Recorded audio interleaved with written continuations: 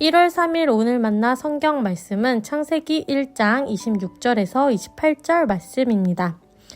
하나님이 말씀하시기를 우리가 우리의 형상을 따라서 우리의 모양대로 사람을 만들자.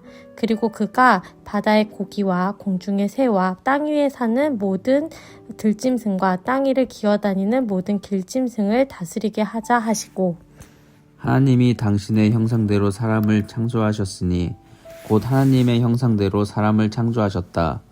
하나님이 그들을 남자와 여자로 창조하셨다. 하나님이 그들에게 복을 베푸셨다. 하나님이 그들에게 말씀하시기를 생육하고 번성하여 땅에 충만하여라. 땅을 정복하여라. 바다의 고기와 공중의 새와 땅 위에서 살아 움직이는 모든 생물을 다스려라 하셨다. 아멘.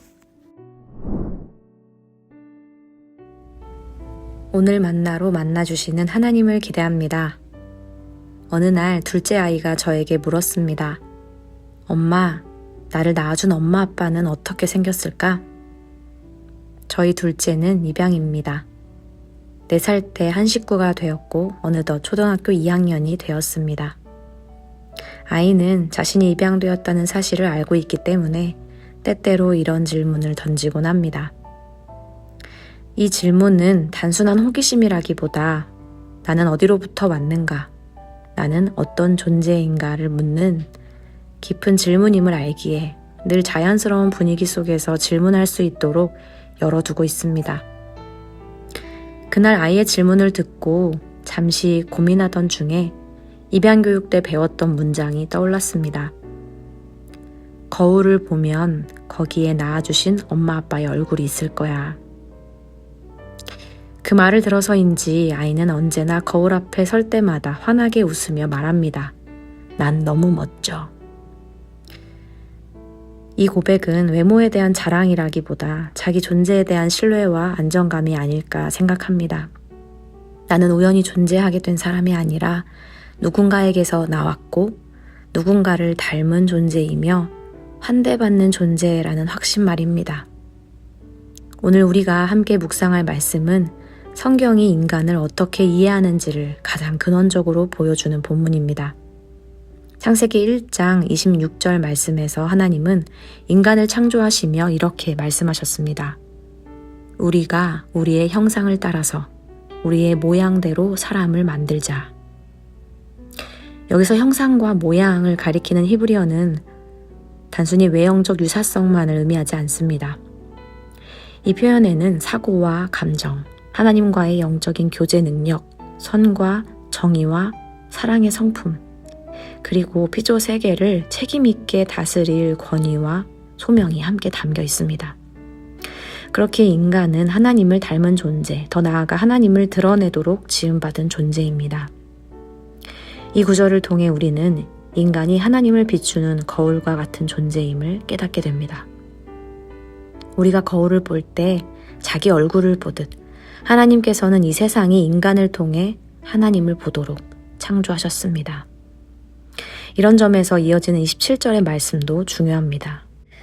하나님이 당신의 형상대로 사람을 창조하셨으니 곧 하나님의 형상대로 사람을 창조하셨다. 하나님이 그들을 남자와 여자로 창조하셨다. 하나님의 형상은 특정 개인이나 성별, 조건을 갖춘 사람에게만 부여된 것이 아닙니다. 남자와 여자, 곧 관계 속에 있는 인간 전체가 하나님의 형상을 이루고 있습니다. 하나님의 형상은 고립된 개인의 속성이 아니라 하나님과의 관계, 그리고 서로를 향한 관계 속에서 드러나게 됩니다. 28절에서 하나님은 자신의 형상으로 지음받은 인간에게 사명을 맡기십니다. 하나님이 그들에게 복을 베푸셨다.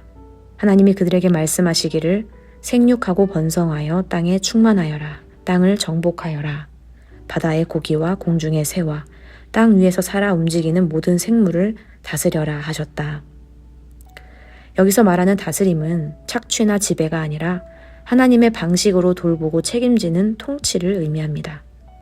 하나님을 닮았다는 말은 권한을 가졌다는 말이기 이전에 하나님의 성품을 따라 행동할 책임을 부여받았다는 의미입니다.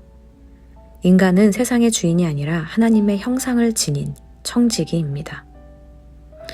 그러나 우리는 하나님의 형상을 비추는 그 거울이 더 이상 완전하지 않다는 사실을 알고 있습니다. 우리 가운데 들어온 죄로 인해 인간은 하나님의 형상을 온전히 드러내지 못하게 되었습니다. 하나님의 형상대로 지음받은 인간은 어느 순간부터 하나님의 시선이 아니라 자기 기준으로 자신과 타인을 평가하기 시작했습니다. 비교와 경쟁, 우월과 열등의 기준이 생겨났고 인간의 가치는 하나님의 형상이 아니라 성취와 조건에 의해 결정되는 것처럼 여겨지게 되었습니다. 그럼에도 불구하고 하나님은 인간을 포기하지 않으셨습니다. 우리는 여전히 불완전하고 연약하지만 하나님께서는 예수 그리스도를 통해 다시금 우리가 하나님의 자녀로 하나님 앞에 나아갈 수 있는 길을 열어주셨습니다. 사랑하는 성도 여러분, 오늘 우리는 무엇을 보며 살아가고 있을까요? 세상의 기준이라는 거울 앞에서 끊임없이 부족함만 확인하며 살아가고 있지는 않으신지요? 그러나 말씀은 우리를 다른 거울 앞으로 부르십니다. 하나님의 말씀 앞에 설 때 우리는 비로소 이렇게 고백하게 됩니다. 나는 하나님의 형상으로 지음받은 존재입니다. 나는 우연이 아니라 하나님의 목적과 뜻을 따라 살아갑니다. 오늘의 말씀은 우리를 다시 창조의 자리로 초대합니다. 오늘 하루 거울을 볼 때마다 이 말씀을 떠올리길 소망합니다. 우리의 말과 선택, 관계와 삶을 통해 이 세상이 하나님을 조금 더 선명하게 보게 되기를 소망합니다. 기도하겠습니다. 하나님, 말씀을 통해 우리를 다시 창조의 자리로 불러주시고 너는 나의 형상으로 지음받았다 말씀해 주시니 감사합니다. 우리가 어디로부터 왔는지 어떤 존재로 부름받았는지 기억하게 하시고 우리에게 맡겨진 자리와 역할 속에서 주인이 아니라 청지기로 살아가게 하옵소서. 예수님의 이름으로 기도합니다. 아멘. 이제 2가지 기도 제목으로 함께 기도하겠습니다. 첫째로 말씀을 기억하며 기도하기 원합니다. 거울 앞에 설 때에 하나님의 말씀이 떠오르게 하시고 관계 속에서 하나님의 형상을 드러내게 하옵소서. 가장 가까운 가족에게서부터 오늘 내가 만나는 한 사람 한 사람 앞에서 존중과 책임, 사랑으로 하나님을 비추게 하옵소서. 둘째로 주일 예배를 위해 기도하기 원합니다. 예배의 자리가 창조주 하나님 앞에 다시 서는 시간이 되게 하옵소서. 세상의 기준과 비교 속에서 스스로를 평가해온 우리의 시선을 거두고 말씀을 통해 우리를 바라보시는 하나님의 눈으로 자신을 바라보게 하옵소서. 이렇게 기도하신 후에 개인 기도하시겠습니다.